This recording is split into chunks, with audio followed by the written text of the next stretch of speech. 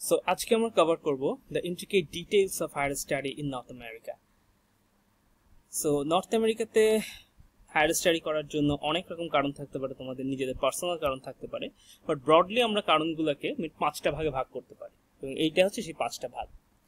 So তোমার যদি higher study নিয়ে অনেক প্যাশন থাকে বা তোমার যদি টার্গেট থাকে যে আমি অনেক হাই এন্ড জব নিব, ফর এক্সাম্পল ইউনাইটেড নেশনস অথবা ওয়ার্ল্ড ব্যাংক, এই টাইপের জব যেগুলো রিক্রুটমেন্ট বাংলাদেশ থেকে হয় না, এবং অথবা তুমি যদি এমন হয় যে তুমি বিসিএস ব্যাংক বা কর্পোরেট ইন্ডাস্ট্রিতে তোমার একদমই ভালো লাগে না, সেক্ষেত্রে অবশ্যই তোমার জন্য মাস্টার্স অথবা পিএইচডি করা বিদেশে, এটা অবশ্যই তুমি এর জন্য যোগ্য। কিন্তু লাস্ট যে দুইটা অপশন, আমেরিকা তোমার স্বপ্ন, আমেরিকাতে গেলেই তুমি সবকিছু তোমার জীবনে সার্থক হয়ে যাবে, অথবা একটা ডেভেলপ কান্ট্রিতে তুমি থাকতে চাও, এরকম যদি তোমাদের কারো মনের মধ্যে থেকে থাকে, তাহলে আমি বলবো ইউ শুড থিঙ্ক টুয়াইস। কারণ আমেরিকা, নর্থ আমেরিকার মতো জায়গাতেও তুমি দেখবে অনেক গরিব মানুষ আছে, অনেক মানুষ স্ট্রাগল করছে, অনেক কষ্টের মানুষ থাকে। সো সবসময় যে এমন না যে সবাই সবসময় হাই এন্ড জব পাবে, আমরা শুধু তাদেরকেই দেখি যারা হাই এন্ড জব পায়, কিন্তু তাদেরকে দেখি না যারা ওটা পাচ্ছে না। সো জাস্ট মাথায় রাখবো। তো যেটাই হোক না কেন, এখানে একটা জিনিস খুব ইম্পর্টেন্ট, যে যখন তোমরা অ্যাপ্লাই করবা, ওটা তোমাদের পিক আওয়ার, পিক এইজ আমি বলবো, যে তুমি অনার্স পাস করেছো বা মাস্টার্স পাস করেছো, এরপরে তুমি অ্যাপ্লাই করছো, এরপরে তুমি যদি কোনো কারণে এমন হয় যে তুমি মাস্টার্স করতে গেলা, পিএইচডি করতে গেলা, এবং 3 ইয়ার্স পরে তুমি রিয়েলাইজ করলা যে না, this thing is not for me, তখন তুমি যদি কাম ব্যাক করতে চাও, তখন এসে দেখবা যে তুমি, তোমার বয়স শেষ, সরকারি চাকরি বলো বা যে কোনো চাকরির জন্য 30 ইয়ার্স হয়ে গেছে, কাছাকাছি 28-30 ইয়ার্স হয়ে গেছে। সো এইটা অনেকটা গ্যাম্বল প্লে করার মতো। সো বিদেশে যাওয়াটা, সো হতে পারে তুমি খুব ভালো কিছুতে শেষ করতে পারো, হতে পারে তুমি মডারেট, অথবা তুমি কিছু লো এন্ডও হতে পারে সেটা। তো যেটাই হোক না কেন, এই আনসার্টেনিটি মোকাবেলা করার জন্য কারেজ যেটা, সেটা তোমার থাকতে হবে, এবং সেটা যদি তোমার থাকে, this thing is for you. So ধরে নিলাম তোমাদের এটা আছে। তো সেই হিসাবে তাহলে আমরা যদি ইউনিভার্সিটি সিলেক্ট করতে চাই, তো আমাদের ফার্স্টে আমি বলি যে ইউএসএতে মোটামুটি 130টা ইউনিভার্সিটি আছে যারা মাস্টার্স এবং পিএইচডি অথবা পিএইচডি সবসময় দিচ্ছে তারা। আর কানাডার ক্ষেত্রে এটা আছে 22টা ইউনিভার্সিটি। এর কারণ হচ্ছে কানাডাতে সাউদার্ন সাইডটাতে কানাডাতে মানুষ বেশি থাকে, নর্দার্ন সাইডে অনেক ঠান্ডার কারণে থাকে না, পপুলেশনও কম। সো ওভারঅল ইউএসএতে অপরচুনিটি অনেক বেশি থাকে যে তোমার 130টা ইউনিভার্সিটি একটাতে সিলেক্ট হতে পারো, আর কানাডায় সেটা কম্পারেটিভলি কম, 22টা ইউনিভার্সিটি একটা তোমার সিলেক্ট হওয়ার চান্স থাকে। তো এই লিস্ট অফ ইউনিভার্সিটিজ, তাদের রিকোয়ারমেন্ট কি থাকে, তাদের ডিটেইলস কি, সবকিছু তুমি এই লিঙ্কটাতে পাবা, এজি যে লিঙ্কটা দেওয়া আছে এখানে সেটাতে, এবং ওখানকে 2016-17 গাইডটা দেখতে পারো, অথবা ওখানে একটা ইন্টারেক্টিভ ম্যাপও আছে, সেটাও তোমরা দেখতে পারো। খুব ভালো জিনিস ওটা অবশ্যই। সো ইউনিভার্সিটিগুলো বেসিক্যালি কিভাবে তোমাদের স্কলারশিপ দেয়, সো ওটা ডিটেলসে যাওয়ার আগে একটু জেনে রাখা দরকার কি টাইপের স্কলারশিপ দেয়। সাধারণত 3 প্রকারের স্কলারশিপ থাকে, একটা হচ্ছে ফেলোশিপ, একটা টিচিং অ্যাসিস্ট্যান্ট, একটা রিসার্চ অ্যাসিস্ট্যান্ট। ফেলোশিপটা হচ্ছে টোটাল স্কলারশিপের মতো, তোমাকে কিছুই করতে হবে না, তুমি খুব শান্তিতে থাকবা, নিজে রিসার্চ করবা, দ্যাটস ইট। এবং ফেলোশিপে সাধারণত খুব এক্সট্রাঅর্ডিনারি রেজাল্ট বা খুব ভালো ইমপ্রেসিভ ক্যান্ডিডেটরা পায় থাকে। আর টিচিং অ্যাসিস্ট্যান্টরা, এদের কাজটা হচ্ছে যে টিচারদের হেল্প করা, যারা প্রফেসর থাকে তারা ক্লাস নেয়, তারা যে খাতা দেখে ওই খাতাগুলো গ্রেড করে দিতে হবে, তাদেরকে তোমার লেকচার তৈরিতে হেল্প করতে হবে, এই ধরনের কাজ করতে হবে।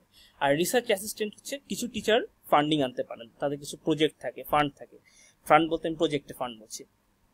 তো তুমি তাদের প্রজেক্টে কাজ করবা, ওর বিনিময়ে তোমাকে টাকা দিবে। সো এই স্কলারশিপ, সব 3টে স্কলারশিপই তোমার সাধারণত টিউশন কভার করবে, যেটা অ্যারাউন্ড $25,000 মতো হয়ে থাকে অ্যাভারেজ, এবং লিভিং এক্সপেন্স কভার করবে $15,000 মতো অ্যাভারেজ, যেটা স্টেট টু স্টেট ভ্যারি করে অনেক, এবং হেলথ ইন্স্যুরেন্স কভার করবে। তো সব মিলায় তোমার অ্যাপ্রক্সিমেটলি $40,000 স্কলারশিপ দিবে পার ইয়ারলি। সো তুমি যদি 4 বছরের পিএইচডি করতে যাও, তোমাকে $160,000 স্কলারশিপ দিবে। So which is very good thing certainly. So এই অ্যাডমিশনটা, এটা বেসিক্যালি কিসের উপর ডিপেন্ড করে? সো আমেরিকার ক্ষেত্রে আমি যদি বলি, অ্যাডমিশন শুধু আমেরিকা এবং কানাডা দুই ক্ষেত্রেই হচ্ছে। ফার্স্ট হচ্ছে সিজিপিএ, দেন আইএলটিএস বা TOEFL score, then statement of purpose, SOP, LOR, letter of recommendation, এবং আমেরিকার ক্ষেত্রে আরও একটা বিষয় আছে, সেটা হচ্ছে জিআরই, এবং আদার্স বলতে এখানে বোঝাচ্ছি পাবলিকেশন এক্সপিরিয়েন্স যদি থাকে, সেগুলো একটু ম্যাটার করে। এবং খেয়াল করে দেখবো এখানে লাখটাকে তোমার এখানে মাল্টিপ্লাই করা হয়েছে। সো লাখ খুব একটা বড় ফ্যাক্টর। অনেক সময় হয় যে তুমি 10টা ইউনিভার্সিটি অ্যাপ্লাই করছো, একটা তো সিলেক্ট হয় না, তুমি হতে পারে তোমার প্রোফাইল ভালো, সবকিছু ভালো, বাট আলটিমেটলি হয় না। এটা হচ্ছে lakh factor. So lakh factor যদি 0 হয়, আলটিমেটলি পুরো জিনিসটা 0 হয়ে যাবে। সো এটা একটা ইম্পর্টেন্ট বিষয়। সো খেয়াল করে দেখবা যে ইউএস এবং কানাডার মধ্যে ডিফারেন্স একটাই, জিআরই। ইউএসএতে জিআরইটা লাগবে। তো এই বিষয়ে আমরা ডিটেলসে বলবো একটু পরে। তখন সিজিপিএটা কতটুকু ইম্পর্টেন্ট, এটা খুবই ইম্পর্টেন্ট। যদিও ইউনিভার্সিটিগুলোতে রিকোয়ারমেন্ট থাকে বেশিরভাগ ইউনিভার্সিটিতে যে সিজিপিএ 3 লাগবে আউট অফ 4, কিন্তু যত বেশি হবে তত ভালো। এবং ভালো বলতে আমি বোঝাচ্ছি ভালো সিজিপিএর একটা মানে বেঞ্চমার্ক আছে, সেটা হচ্ছে 3.50। সো ওইটা হচ্ছে একটা বেঞ্চমার্ক, ওটার উপরে যত ভালো হবে আরও তত বেশি ভালো হবে। বাট সিজিপিএটা খুব খুব খুব বেশি ইম্পর্টেন্ট, বিশেষ করে তোমার লাস্টের 2 বছরের সিজিপিএ। কারো যদি প্রথম 2 বছর খারাপ হয়ে থাকে তারা অবশ্যই চেষ্টা করা হচ্ছে লাস্টের 2 বছরের সিজিপিএকে উপরে করা। এবং এটা ক্যানাডার জন্য অতিরিক্ত বেশি ইম্পর্টেন্ট যে তোমার সিজিপিএ যেন 3.3 এর উপরে থাকে, আদারওয়াইজ খুব ডিফিকাল্ট হয়ে যাবে তোমার ফান্ড ম্যানেজ করা ওখানে। সো সিজিপিএ আমি বলবো অলওয়েজ স্টাডি হার্ড, ট্রাই করো সিজিপিএ ভালো করার চেষ্টা করো। নাও জিআরডিটা আমি বলছি যে শুধুমাত্র আমেরিকার ক্ষেত্রে প্রযোজ্য, কানাডার ক্ষেত্রে না। তো যাদের সিজিপিএ 3.1 বা 3.2 অনেক সময় হলো, যাদের কানাডার সম্ভাবনাটা কিছুটা কম, অথবা কখনো 3 এরও কম হয়ে গেল, 2.98 হয়ে গেল, 2.95 হয়ে গেল, তারা কি করবে? তারা কি তাহলে পড়াশোনা ছেড়ে দিবে, বা তারা কি তাদের স্বপ্ন দেখার ইচ্ছা সব ছেড়ে দিবে? এমন হতে পারে তোমার হয়তো জিওমরফোলজি খুব ভালো লাগে, কিন্তু আলটিমেটলি তুমি অন্য কোনো কোর্স তুমি এখন ভালো করে পড়ো নাই, তোমার সিজিপিএ কমে গেছে, বাট তোমার খুব ইন্টারেস্ট আছে রিসার্চে। তো এইসব বিষয়গুলো কনসিডার করে যে এক্সামিনেশনটা আছে সেটা হচ্ছে গ্র্যাজুয়েট রেকর্ড এক্সামিনেশন, জিআরই। আমেরিকার এই চিন্তাটা হচ্ছে এইরকম যে তুমি ঢাকা ইউনিভার্সিটি থেকে হয়তো 3.5 পেয়েছো, তোমার বন্ধু হয়তো ইউনিভার্সিটি দিল্লি থেকে সে 3.8 পাইছে, আর একটা ইউনিভার্সিটি করাচি থেকে তোমার 3.6 পাইছে। তো কি করে এক একটা ইউনিভার্সিটির যে ডিফারেন্ট গ্রেডিং সিস্টেম, এটাকে আমি সবই 4 স্কেলে পেয়েছি, কিন্তু বিভিন্ন টিচার দেখতেছে, সো ভ্যারি করতে পারছে অনেক। তো এই ভ্যারিয়েশনটাকে আমরা কি করে একটা স্ট্যান্ডার্ডাইজ করবো, সেইটার থেকে আসছে তারা আমেরিকার একটা অর্গানাইজেশন ইটিএস, ওরা তোমার এই পরীক্ষাটা নিয়ে আসছে যে গ্র্যাজুয়েট রেকর্ড এক্সামিনেশন। এইটা হচ্ছে সবার দিতে হয়, ইভেন আমেরিকান স্টুডেন্টদের দিতে হয়। এটা এই কমন পরীক্ষাটা দিয়ে আমাদের একটা এন্ট্রান্স এক্সামের মতো তুমি এখানে করতে পারবা, একটা স্কোর পাবা, সেই স্কোরটা তোমার প্রমাণ করবে যে তুমি কি রকম আসলে। জিআরই স্কোর খুব বেশি ইম্পর্টেন্ট আমেরিকার জন্য। সো অনেক সময় এরকম হয়েছে যে সিজিপিএ ভালো, তার মানে তার মোটিভেশন লেটার অনেক ভালো, কিন্তু জিআরই স্কোর কম থাকার কারণে আলটিমেটলি সিলেক্ট হতে পারে নাই। তো ইউজুয়ালি তুমি জিআরই নিয়ে সব ডিটেলস পাবা, বিভিন্ন গ্রুপে পাবা, তুমি জিআরই সেন্টারের আছে, হায়ার স্টাডি অ্যাব্রড আছে, এসব গ্রুপে পাবা। এছাড়া ওভারঅল আমি যদি বলি খুব শর্টকাটে, জিআরই হয় ওভারঅল 340-এর মধ্যে পরীক্ষা হয়। তো ভার্বাল থাকে, মানে ইংলিশ পার্ট থাকে, কোয়ান্টিটিভ থাকে, একটা ম্যাথমেটিক্যাল পার্ট থাকে, এবং একটা রাইটিং এসে পার্ট থাকে। তো ভার্বাল এবং কোয়ান্টিটিভ স্কোর রেঞ্জটা হয় 130 থেকে 170।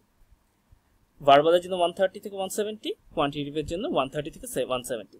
তুমি যদি ভার্বাল এবং কোয়ান্ট অ্যাড করো দেখবে হবে টোটাল 260 থেকে 340। এটা হচ্ছে স্কোর রেঞ্জ। সো মিনিমাম তুমি 260 পাবা, ম্যাক্সিমাম তুমি 340 পাবা। আর রাইটিং এসেটা একটু ডিফারেন্টলি গ্রেড হয়, ওটা হচ্ছে 1 থেকে 6-এর মধ্যে হয়। তো এই আউট অফ 340 পরীক্ষাটা হচ্ছে। তো এই 340-এর মধ্যে তুমি যদি অ্যাটলিস্ট 300 পাও, তোমার চান্স আছে অ্যাটলিস্ট। কিন্তু 300-এর কম পেলে একদম চান্স নাই তা না, কিন্তু অনেক রিস্কি হয়ে যায়, অনেক বেশি স্ট্রাগল করতে হবে। সো ট্রাই করবে অ্যাটলিস্ট 300 উঠাতে। কিন্তু 310 অথবা তার বেশি যদি পাও, জিওগ্রাফির জন্য 310 বা তার বেশি, এটা অনেক ভালো স্কোর, সত্যি কথা, জিওগ্রাফির জন্য। তো জিওগ্রাফির জন্য যদি 310 বা তার বেশি পাও, তোমার পসিবিলিটি অনেক বেশি হয়ে যাবে একবারে। এবং যেটা হচ্ছে গ্র্যাজুয়েট জিআরইর জন্য যেটা হয় যে প্রচুর ওয়ার্ড মুখস্থ করতে হয় তোমার। তো এই যে সামনে যে একটা ছবি দেওয়া আছে দেখতেছো, এটা হচ্ছে ভি ফর ভেন্ডেটা থেকে নেওয়া। তো এইখানে দেখবে ভি দিয়ে তোমার কত ওয়ার্ড এখানে তারা ইউজ করেছে, যেগুলো বেশিরভাগ মিনিংয়ে আমরা হয়তো জানি না। তো এই ধরনের ওয়ার্ড মুখস্থ যারা ফার্স্ট ইয়ার সেকেন্ড ইয়ার আছো তারা হচ্ছে ভোকাবুলারি বিল্ডিং করতে পারো, আর যারা থার্ড ইয়ার ফোর্থ ইয়ারে আছো তারা স্পিড আপ করতে পারো, শুধুমাত্র ভোকাবুলারি বিল্ডিং না। তো এই জিআরইর যে নেগেটিভ দিকটা হচ্ছে এটা খুব কাম্বারসাম একটা প্রসেস, অনেক সময় লাগে, প্রায় 3-4 মাস অ্যাটলিস্ট লাগে, এটা 6 মাস হাতে রাখা ভালো। আর ভালো দিক হচ্ছে এখানে তুমি অনেক ভোকাবুলারি তোমার বেড়ে যাবে একবারে, কোয়ান্টিটিভ স্কিল অনেক বেড়ে যাবে, বিভিন্ন রকম ম্যাথমেটিক্যাল প্রবলেম সলভ করার অ্যাবিলিটি বাড়বে। তো যেটা পরবর্তীতে শুধুমাত্র তোমার যে বিদেশে পড়তে যাওয়া শুধু তা না, তোমার পরবর্তীতে ব্যাংকের জব বলো বা যে কোনো রকম রিক্রুটমেন্ট টেস্ট যে পরে হয়, অনার্সের পরে হবে, তো এগুলোতে অনেক হেল্পফুল হয় এটা। তো ইভেন আইবি এর এমবিএ করতে গেলেও তোমার জিআরই প্রিপারেশন থাকলে খুব ইজি হয়ে যাবে বিষয়টা ঢোকাটা ওখানে। তো সব মিলে জিআরই প্রিপারেশনটার মানে ইউজফুলনেসটা তুমি পরেও টের পাবা, লাইফ লং এটা টের পাওয়া যায়। তো এটা হচ্ছে জিআরই। মোটামুটি জিআরই নিয়ে অনেক ডিটেইলে জানতে পারবা। আবার বলছি যে জিআরই সেন্টারের ওয়েবসাইট আছে, হায়ার স্টাডি অ্যাব্রড যে গ্রুপটা আছে ফেসবুকে, ওখানে জানতে পারবা। তো অনেক ইনফরমেশন ওখানে আছে, ওগুলো থেকে নিজেরা একটু ঘাটাঘাটি করলে জানতে পারবা। তো পরবর্তীতে হচ্ছে আইএলটিএস এবং অথবা টোফেল। সো আইএলটিএস অথবা টোফেল, আইএলটিএসটা হচ্ছে international English language testing system, আর টোফেল হচ্ছে test of English as a foreign language. তো এই দুইটা জিনিসই খুব ইম্পর্টেন্ট, কারণ ওখানে যখন টিচিং অ্যাসিস্ট্যান্ট বা রিসার্চ অ্যাসিস্ট্যান্ট হিসেবে নেওয়া হবে, তোমার স্টুডেন্টদের সাথে কথা বলা লাগবে, স্পেশালি টিচিং অ্যাসিস্ট্যান্ট থাকবে। তো তোমার স্কিল, স্পেশালি স্পিকিং স্কিলটা এখানে ভালো লাগবে। তো এখানে দুইটা পরীক্ষারই তোমার যে কোনো একটা পরীক্ষা দিলে হয়, যেহেতু যেহেতু একই মানে ইংলিশ টেস্টিং, সো এখানে একটা পরীক্ষা দিলেই হয়। তো এইটা 4টা পার্ট থাকে, রিডিং, লিসনিং, স্পিকিং এবং রাইটিং। তো আইএলটিএস সাধারণত, আইএলটিএস হচ্ছে 9, স্কোর রেঞ্জটা থাকে 0 to 9, তো 9-এর মধ্যে পরীক্ষা হয়। আর টোফেল হচ্ছে 120-এ হয়। তো রিকোয়ারমেন্টের মধ্যে ইউনিভার্সিটিগুলো লিখে থাকবে সাধারণত 6.5 থেকে 7, বেশিরভাগ ইউনিভার্সিটি 7 চায় আইএলটিএসে। কিন্তু তোমার 7.5 পেলে তুমি একটা কম্পিটিটিভ স্কোর হিসেবে হয়, 7.5 বা তার বেশি পেলে।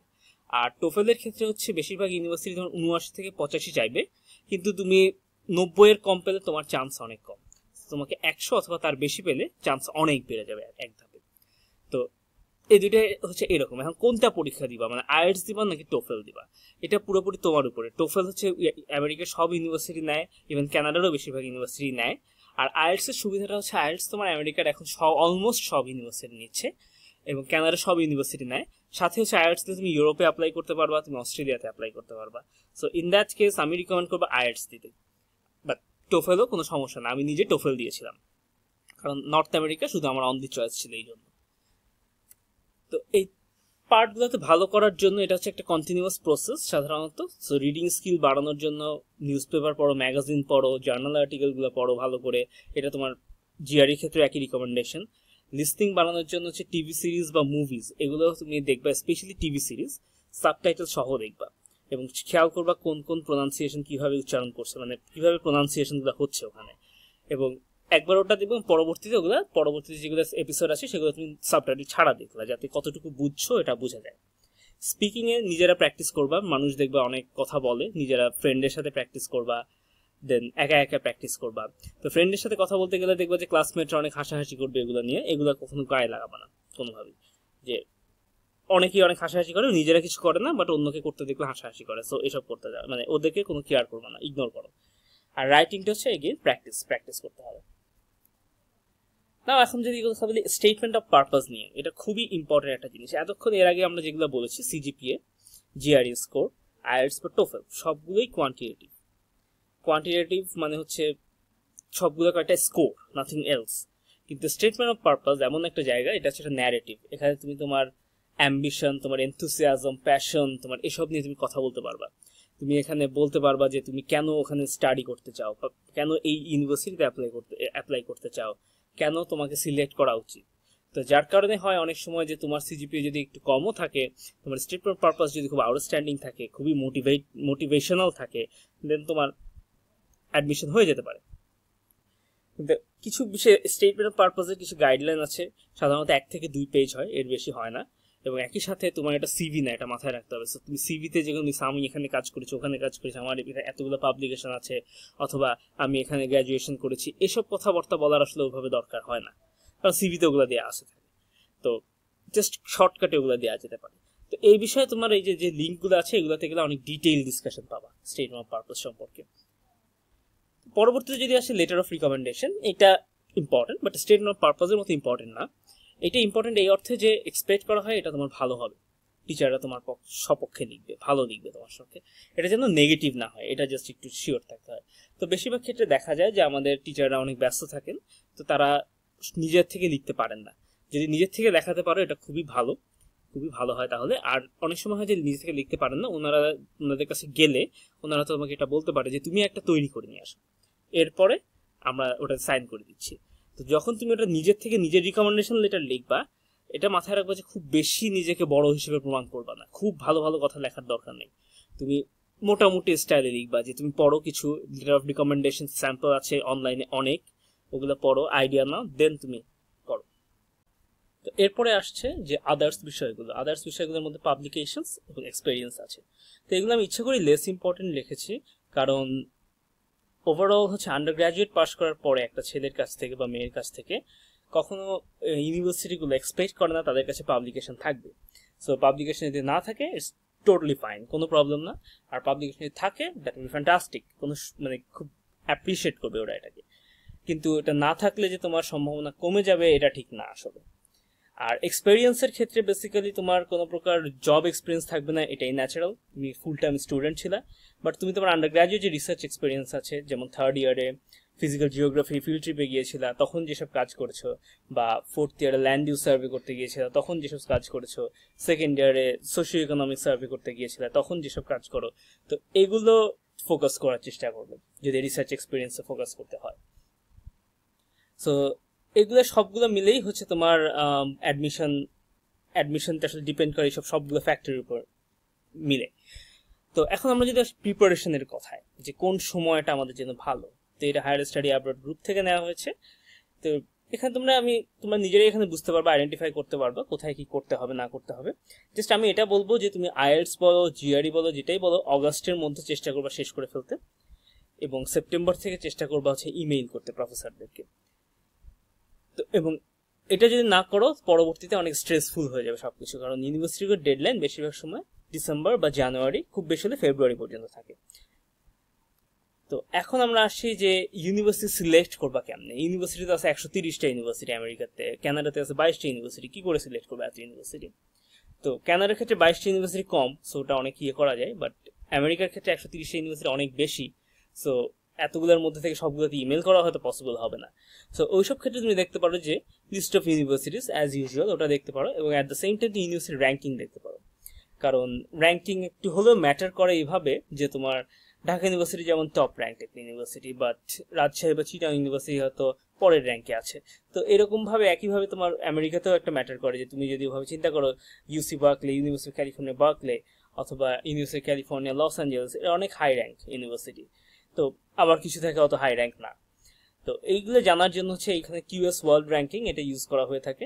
এছাড়া এনআরসি ন্যাশনাল রিসার্চ কাউন্সিল যে র্যাঙ্কিং পাবলিশ করেছে 2010-এ, ওটাতে শুধুমাত্র আমেরিকার টপ 50টা প্রোগ্রামকে ক্লাসিফাই করা হয়েছে। এছাড়া জাস্টিন হলম্যান নামে একজন লোক ইন্ডাস্ট্রিতে আছেন তিনি এখন, তো তিনি একটা র্যাঙ্কিং করেছেন, ওটাও খারাপ না। সো এগুলোর বেসিসে তোমরা বুঝবা যে কোন র্যাঙ্কের ইউনিভার্সিটি তুমি করছো। আর র্যাঙ্কিংটা এই কারণে আরেকটা ইম্পর্টেন্ট যে যত ভালো র্যাঙ্কের হবে রিকোয়ারমেন্ট তত হাই হবে। তো তুমি প্রোফাইল যদি খুব ভালো না হয়, সো খালি হাই র্যাঙ্ক ইউনিভার্সিটিতে ট্রাই করে লাভ নাই, ওয়েস্ট অফ টাইম হবে ওইখানে। এই জন্য র্যাঙ্কিংটা দরকার।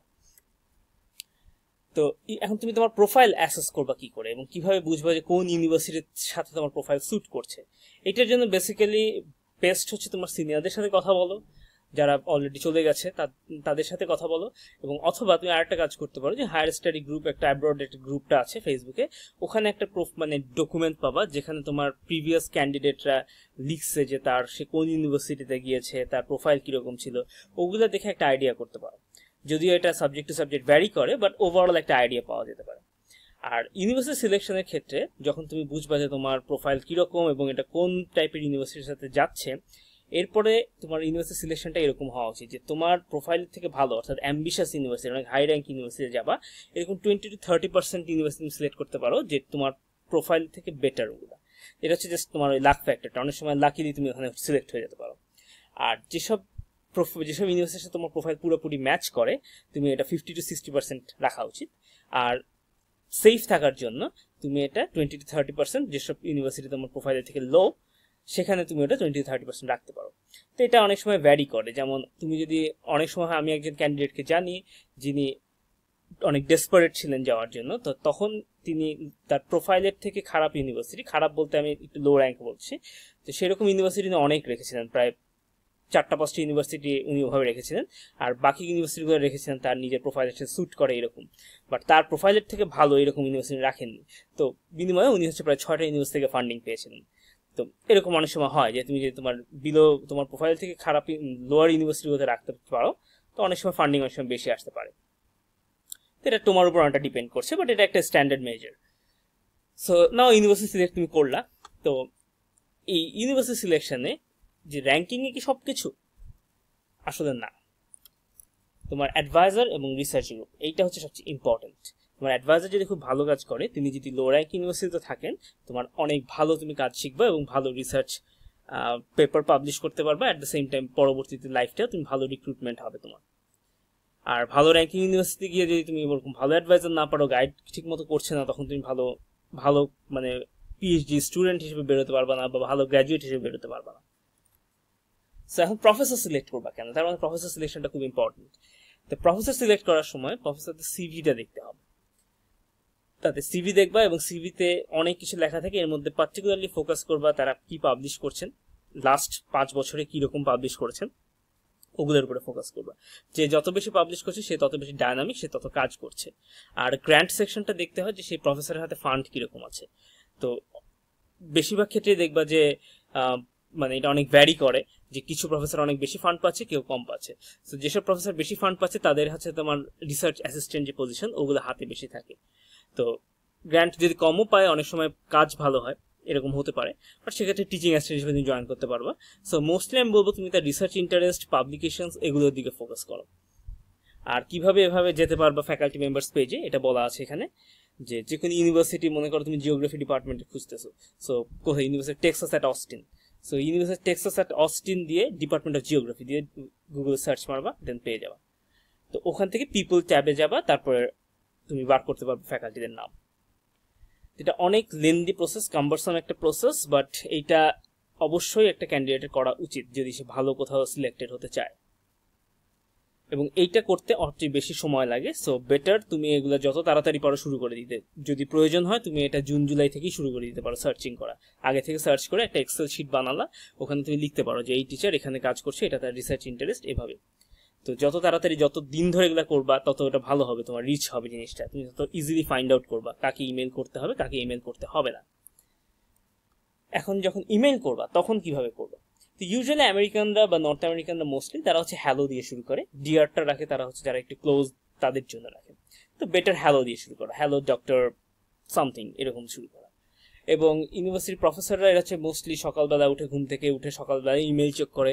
সো সকাল 7টা থেকে 10টা ওদের টাইম, লোকাল টাইম বলতে ওদের টাইম বোঝানো হচ্ছে, 7টা থেকে 10টা ওই সময়ের মধ্যে তারা মেইলটা ওপেন করে। সো ইটস বেটার যে তুমি 7টার আগে আগে, ওটা তুমি তোমার বাংলাদেশের টাইমের সাথে ওদের টাইম ম্যাচ করে দেখবা, যে যেন তুমি 7টার আগে 6টা হোক বা 5টার সময় হোক, ওদের সময় ভোর 5টার সময় পাঠিয়ে দিলা তুমি, ওটা তোমার জন্য বেটার। তাহলে মেইলটা উপরের দিকে থাকবে, ওটা শুরুতে সকালে খুলবে। আর যখন ইমেল করবা, সে ইমেল করার সময় তোমরা তোমার প্রোফাইলটাকে আলাদা করে এভাবে যেভাবে দেওয়া আছে এরকম করে দেওয়ার চেষ্টা করবা। এটা ডিফারেন্ট স্টাইলও দিতে পারো, কিন্তু এরকম স্টাইল দিবা যাতে করে নোটিস করতে হয়, যেন পুরো ইমেল পড়ে খুঁজে বার করতে না হয় যে তোমার সিজিপিএ কত ছিল, তোমার জিআরই স্কোর কত ছিল, আইএলটিএস স্কোর কত ছিল, এগুলো করতে না হয়, সাথে সাথে চোখে পড়ে, ওভাবে দেওয়ার চেষ্টা করবা। তো একবার যখন সে রিপ্লাই দিবে এবং সেটা যদি পজিটিভ রিপ্লাই হয়, তো তখন তার মেন কাজটা হচ্ছে, তখন তুমি তার পারমিশন নিবা যে তোমার স্টেটমেন্ট অফ পারপাসে তার নাম দিতে, যে তুমি তার আন্ডারে কাজ করতে চাও। তো ওইটা দেয়া মানে ওটাতে সে যদি এগ্রি করে তখন এটা অফিসিয়াল হয়ে গেল, তখন সেও তোমার নাম তার নোটবুকে এটা এন্ট্রি করে রাখবে তখন। আর আরেকটা জিনিস মাথায় রাখবা, অনেক ইমেল সেন্ড করতে হয়, 30-40টা ইমেল পেয়ে এমন হতে পারে কোনো পজিটিভ রিপ্লাই পাও নাই, এটা হতে পারে। সো অ্যাটলিস্ট 50টা ইমেল, 70-80টা করতে পারলে আরও ভালো ইমেল করবা, এবং তাহলে তুমি হয়তো 7টা থেকে 10টা পজিটিভ রিপ্লাই পেতে পারো 70-80টা ইমেল করলে, হয়তো বা কারো কারো ক্ষেত্রে এটা বেশিও হতে পারে। তো ইম্পর্টেন্ট জিনিস মাথায় রাখবে, এতগুলো ইমেল করতে গিয়ে অনেক সময় ভুল হয়, যে নাম চেঞ্জ করতে ভুলে গেছো, ইউনিভার্সিটির নাম চেঞ্জ করতে ভুলে গেছো, তার রিসার্চ ইন্টারেস্ট চেঞ্জ করতে ভুলে গেছো, কারণ তুমি একটা স্যাম্পল ইমেল ইউজ করছো, কপি পেস্ট করছো। সো এটা কেয়ারফুল থাকবা যেন মানে ভুল, মানে ডক্টর চ্যাং এর ইমেল যেন ডক্টর জোনাথনের কাছে না চলে যায়, এরকম যেন না হয়। আর বেস্ট পিরিয়ড হচ্ছে আর্লি সেপ্টেম্বর থেকে শুরু করবে ইমেল করা এবং আর্লি নভেম্বর পর্যন্ত। এর পরবর্তীতে আস্তে আস্তে করে ইমেল পাওয়ার মানে রিপ্লাই পাওয়ার চান্স অনেক কমে যায়। তো আরো স্যাম্পল পাবা কি করে ইমেল করতে হয়, এইসব জায়গায় পাবা তোমরা আরো স্যাম্পল। দেন তোমার প্রফেসর সিলেকশন শেষ, তুমি ইমেল করছো তাকে, সবকিছু শেষ। এবার অ্যাপ্লিকেশন প্যাকেজে যা যা লাগবে সবকিছু একসাথে করে ট্রান্সক্রিপ্ট উঠিয়ে সবকিছু করে তুমি পাঠিয়ে দিবা। যদি এটা অনলাইন এলওআর থেকে, লেটার অফ রিকমেন্ডেশন থাকে, তো তুমি আগে থেকেই শিওর হবে যে ইউনিভার্সিটির পাইছে কিনা। সো ডেডলাইনের আগেই কাজ করা শুরু করে দিবা, যখন যে কোনো একটা ইমার্জেন্সি হলে যেন এটা রিকভার করার সময় থাকে। নাও এটা হচ্ছে অ্যাপ্লিকেশন এক্সপেন্স। যদি 6টা ইউনিভার্সিটিতে অ্যাপ্লাই করতে যাও কি পরিমাণ খরচ হতে পারে, এই ব্রেকডাউন ডিটেলস আমি গেলাম না, এটা তোমরা নিজেরা দেখে নিতে পারবে। তো ওভারঅল হচ্ছে তোমার আমেরিকাতে যদি তুমি অ্যাপ্লাই করতে যাও, it's an average value. So সেই হিসেবে তোমার অ্যারাউন্ড 88,000 টাকা লাগবে অ্যাপ্লাই করতে আমেরিকাতে 6টা ইউনিভার্সিটিতে ট্রান্সক্রিপ্ট সহ। এটা হচ্ছে ওয়ান টাইম ইনভেস্টমেন্ট পুরোপুরি। এমন হতে পারে তুমি 6টার একটা তো সিলেক্টেড হও নাই, সো তোমার পুরো 88,000 টাকা মাইট যেতে পারে এখানে। তো এটা একটা ইয়ে। আর কানাডার ক্ষেত্রে হচ্ছে 61,200 টাকা। অ্যান্ড বাই দ্য ওয়ে এখানে একটা আমি বলে রাখি, এটা আগে বলতে ভুলে গিয়েছিলাম, সেটা হচ্ছে জিআরই স্কোরের ক্ষেত্রে এগুলো তোমার আসলে মানে ওয়ান টাইম ইনভেস্টমেন্ট না, কারণ এটা 5 বছর মেয়াদ থাকে। সো তুমি পরের বছরে অ্যাপ্লাই করতে পারো। আর আইএলটিএস এর ক্ষেত্রে হচ্ছে 2 বছর মেয়াদ থাকে। সো আইএলটিএস তোমার ওয়ান টাইম ইনভেস্টমেন্ট বলা যায় না, এটা পরের বছরে তুমি আবার এই স্কোর দিয়ে অ্যাপ্লাই করতে পারবে। আর এরপরে যদি আমি টোটাল এক্সপেন্স, যদি তুমি ফান্ডিং পাও, তখন যেটা হবে যে আমেরিকার কিছু ফি আছে, ভিসা অ্যাপ্লিকেশন ফি, সেভিস ফি, এছাড়া তুমি শপিং করবা কিছু, তোমার প্লেন ফেয়ার আমি অ্যাপ্রক্সিমেট ধরেছি 90,000 টাকা, এটা বাড়তে কমতে পারে। তো সব মিলায় তোমার ওভারঅল যদি গ্র্যান্ড টোটাল ধরি আমি, প্রায় 2 লাখ থেকে 2.5 লাখ টাকার মতো 6টা ইউনিভার্সিটিতে যদি তুমি ফান্ডিং পাও তোমার সব মিলিয়ে খরচ হবে।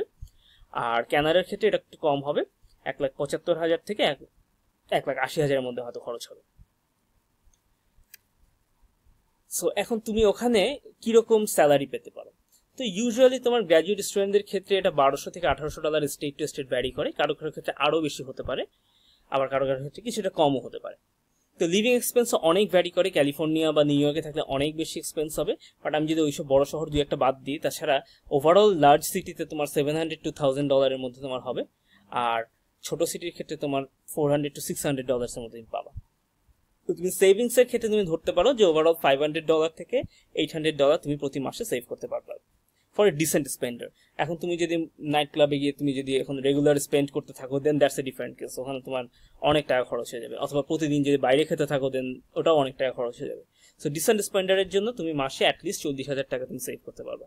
তো সেই হিসেবে তুমি কিন্তু 6 মাসের মধ্যে তোমার যে টাকাটা ইনভেস্ট করছো, তুমি 2.5 লাখ টাকা তুমি পুরোটাই উঠে আনতে পারছো ওখান থেকে। নাও গ্র্যাজুয়েশনের পরে জব কি পাবা? ইঞ্জিনিয়ারিং এর থেকে আমাদের সাবজেক্ট একটু আলাদা। সো আমেরিকাতে এই জন্য বেসিক্যালি আমাদের গ্র্যাজুয়েশনের পরে রিসার্চ অর্গানাইজেশন, একাডেমিয়াতে অথবা নন প্রফিট অর্গানাইজেশনগুলোতে জয়েন করতে হয় ফার্স্ট টাইম। আর কানাডার ক্ষেত্রে তোমার রিসার্চ অর্গানাইজেশন, একাডেমিয়া এবং at the same time government অর্গানাইজেশনে তুমি জয়েন করতে পারবা। আর কানাডার প্রবলেমটা হচ্ছে কানাডার ওভারঅল জব সেক্টরটা ছোট, অনেক ন্যারো।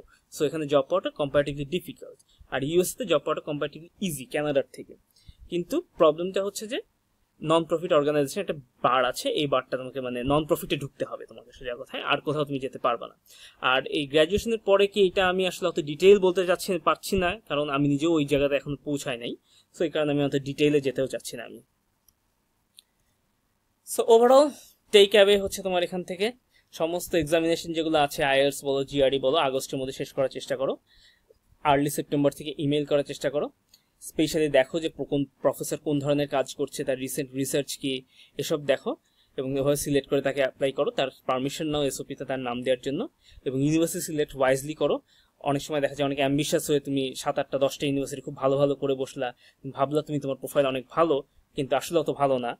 তো দেখা গেল এমন হতে পারে তুমি একটা তো সিলেক্টেড হও নাই। সো এই জন্য ইউনিভার্সিটি সিলেকশনটা ওয়াইজলি হওয়া উচিত এবং ডেডলাইনের অনেক আগেই অ্যাপ্লাই করা উচিত। And lastly, hope for the best and plan for the worst. So আরও বেশি ইনফরমেশনের জন্য এইসব গ্রুপগুলোতে জয়েন করো এবং এগুলোর ফাইলস বা ডকুমেন্ট সেকশনগুলোতে দেখো কি কি আছে, রিড করো, নিজের থেকে ডিগ করার চেষ্টা করো যে কি কি কোথায় আছে। And thank you very much for listening this presentation. Good lakh.